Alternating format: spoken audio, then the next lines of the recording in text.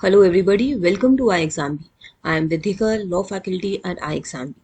आज की इस वीडियो में हम IFSCA एक्ट के बारे में देखेंगे कि इस एक्ट में आपको क्या पढ़ना चाहिए और क्या आप छोड़ सकते हैं. This is your entire IFSCA act. I know legal language में है तो थोड़ा कंफ्यूजिंग हो जाता है, ये नहीं समझ आता कि क्या इम्पोर्टेंट है क्या नहीं है. अगर आप देखेंगे तो हर एक सेक्शन में सब सेक्शंस हैं और एक नॉन लीगल पर्सन के लिए ये समझना मुश्किल हो जाता है कि कैसे इसमें से इम्पॉर्टेंट फैक्ट्स को निकालें और कैसे उन्हें पढ़ें. क्या सभी सेक्शंस इम्पॉर्टेंट हैं? क्या सेक्शन नंबर्स भी याद करने पड़ेंगे? कॉम्पोजिशन ऑफ अथॉरिटी किस सेक्शन में मेंशन्ड है, क्या ये भी याद करना पड़ेगा? क्या ये क्वेश्चन आ सकता है? या कुछ ऐसी चीज़ें भी हैं जो इस एक्ट को पढ़ते वक्त छोड़ी जा सकती हैं, वो हम इस वीडियो में देखेंगे. सबसे पहली चीज़ जो मैं आपको बताना चाहती हूँ that is all section numbers are not important. आपसे डायरेक्ट सेक्शन नंबर के क्वेश्चन पूछने की पॉसिबिलिटी बहुत ही कम है.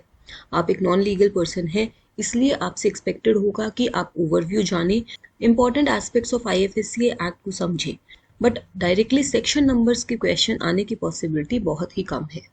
Still, I will suggest कुछ चुनिंदा sections. There are about 4-5 sections which are important.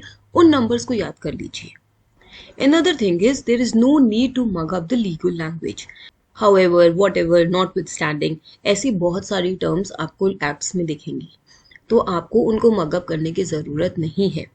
Understand the important areas and the possibility of questions from those areas, and also study this act keeping in mind what is expected from you as an IFSC officer. क्या आपसे basic understanding expected होगी जब आप IFSCA में job करने जाएंगे? इन सब चीज़ों को ध्यान में रख के एक एक्ट को पढ़ना चाहिए. I will show you our notes in which I have mentioned all the important areas from which you can expect question. It is not in the legal language, it is in simplified form, mentioning everything important which is relevant for the exam. So this is the study notes for IFSCA Act in our course. तो सबसे पहले यहाँ पे introduction दिया हुआ है. इसमें ये बताया है कि IFSCA एस्टैब्लिश किस सेक्शन के अंडर हुआ था और IFSCA का क्या पर्पस है. So first of all you should be aware of objective and purpose of the organisation. Then you can expect question from the important definitions. Financial institution क्या होता है, फाइनेंशियल प्रोडक्ट में क्या क्या इंक्लूडेड है, ये अनदर इम्पॉर्टेंट एरिया है. There are a lot of financial services, तो यहाँ से क्वेश्चन की एक्सपेक्टेशन कम हो जाती है. हाउएवर, अगर कुछ एक्सक्लूडेड है या फिर something is mentioned as but everything is present but this is not present, तो उस पर थोड़ा फोकस कर लीजिएगा.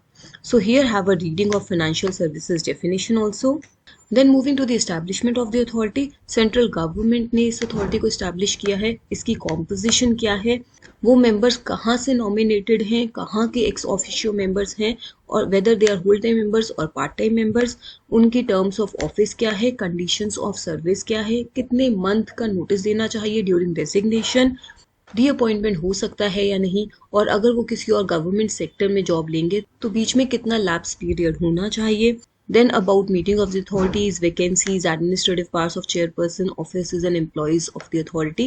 इन सब का brief understanding होना चाहिए. Especially about the fact कि meetings में कोई भी decision लिया जाएगा तो वो किस तरीके से लिया जाएगा, majority से, 2/3 majority से, quorum क्या होगा, इन सब पे question आ सकता है. Then parts and functions of the authority you should know.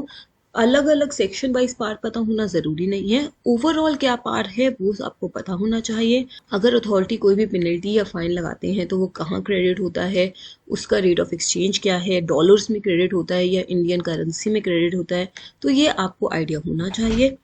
फिर आपको आइडिया होना चाहिए ग्रांट्स कौन दे सकता है, IFSCA फंड क्या है, अकाउंट्स एंड ऑडिट्स कौन करता है, परफॉर्मेंस रिव्यू कमेटी का क्या पर्पस है, कितने मेंबर्स होते हैं इसमें, कौन एस्टैब्लिश करता है, and certain other miscellaneous information. Foreign exchange transactions in foreign currency, इसका section important है, section number 20, and certain other miscellaneous parts. जब IFSCA एक्ट एस्टैब्लिश हुआ था so there were certain acts which were amended. आपको section number याद करने की ज़रूरत नहीं है कि कौन सा सेक्शन अमेंड हुआ था या कौन सा सेक्शन ऐड हुआ था. हाउएवर किस किस एक्ट्स में क्या क्या अमेंडमेंट हुए थे और क्या उनका पर्पस था ये समझ लेना. तो ये सब आपके लिए इम्पॉर्टेंट है. आपको इस तरीके के क्रिस्प एंड कंसाइज नोट्स हमारे कंटेंट में मिलेंगे. If you are interested in our course you can call us on this number. You can also directly enroll in this course through our website. You can quickly refer to the crisp and concise content that is present in our course, which help you prepare 50% faster and save your time. You can attempt mock tests and use our course to be prepared for phase 2 of IFSC exam. अगर आपके कोई भी queries हैं आप नीचे comment box में लिख सकते हैं. आप हमें कॉल भी कर सकते हैं इस नंबर पर. फॉर एनी डायरेक्शन और guidance subscribe to our channel. Stay tuned. Thank you.